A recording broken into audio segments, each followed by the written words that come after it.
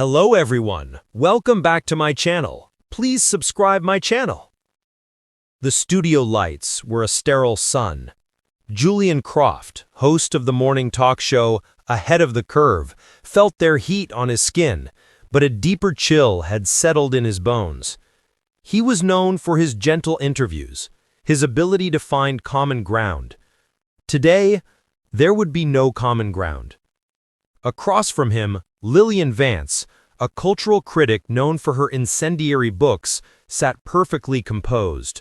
They were ostensibly discussing her new work on modern mythology, but the conversation, as Julian knew it would, had veered into dangerous territory. "We create our saints and our sinners from the same clay, Julian," Lillian said, her voice smooth as polished stone. "We simply apply different brushes." Julian leaned forward, the script in his mind discarded. "Let's talk about the two royal stories dominating the news this week. On one hand, a senior royal is formally, publicly stripped of his military affiliations and patronages. The institution draws a hard, unequivocal line." "A necessary line," Julian interjected, playing his part. "Necessary indeed," Lillian agreed, a faint, knowing smile on her lips. "The transgression was too great, the association too toxic. The palace acted to protect its brand of honor." She paused, letting the camera close in.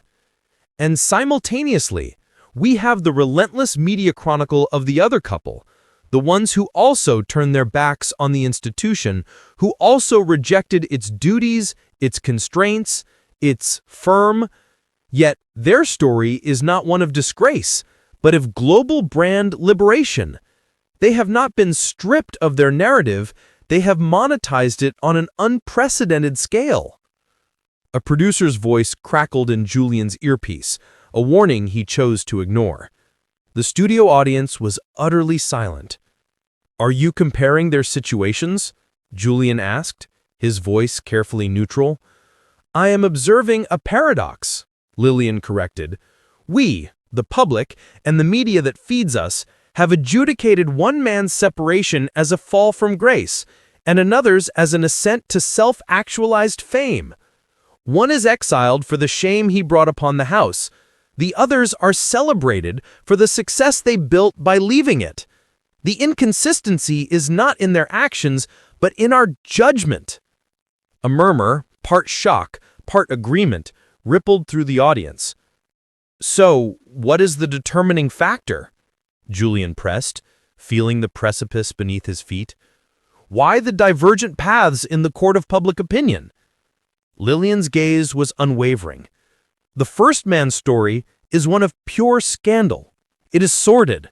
It offers no redemption arc, no product line, no lucrative podcast about the journey.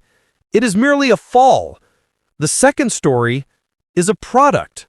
It is a sleek, well-packaged narrative of rebellion and resilience. We are not consuming news when we read about them. We are consuming content.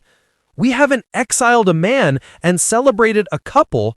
We have canceled a liability and subscribed to an influencer brand." The social media monitor behind the cameras exploded into a kaleidoscope of outrage and fervent support. The hashtag #TheLillianVanceParadox began its rapid climb. Julian looked at Lillian, at her calm defiance.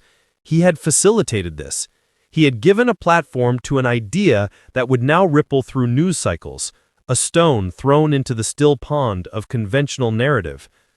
"You've just drawn a very bold and, for many, a very offensive line between two events most people see as entirely separate," he said, his closing thought.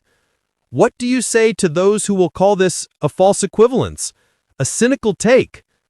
Lillian smiled, not unkindly. "I would say that a culture reveals its true values not by its consistent principles, but by its inconsistent punishments and rewards. We haven't judged these people, we've simply priced them." The silence that followed was louder than any applause. Julian knew the uproar would begin the second they went off the air, but for a fleeting moment, in that brightly lit studio, There was only the echo of an uncomfortable and devastatingly simple truth.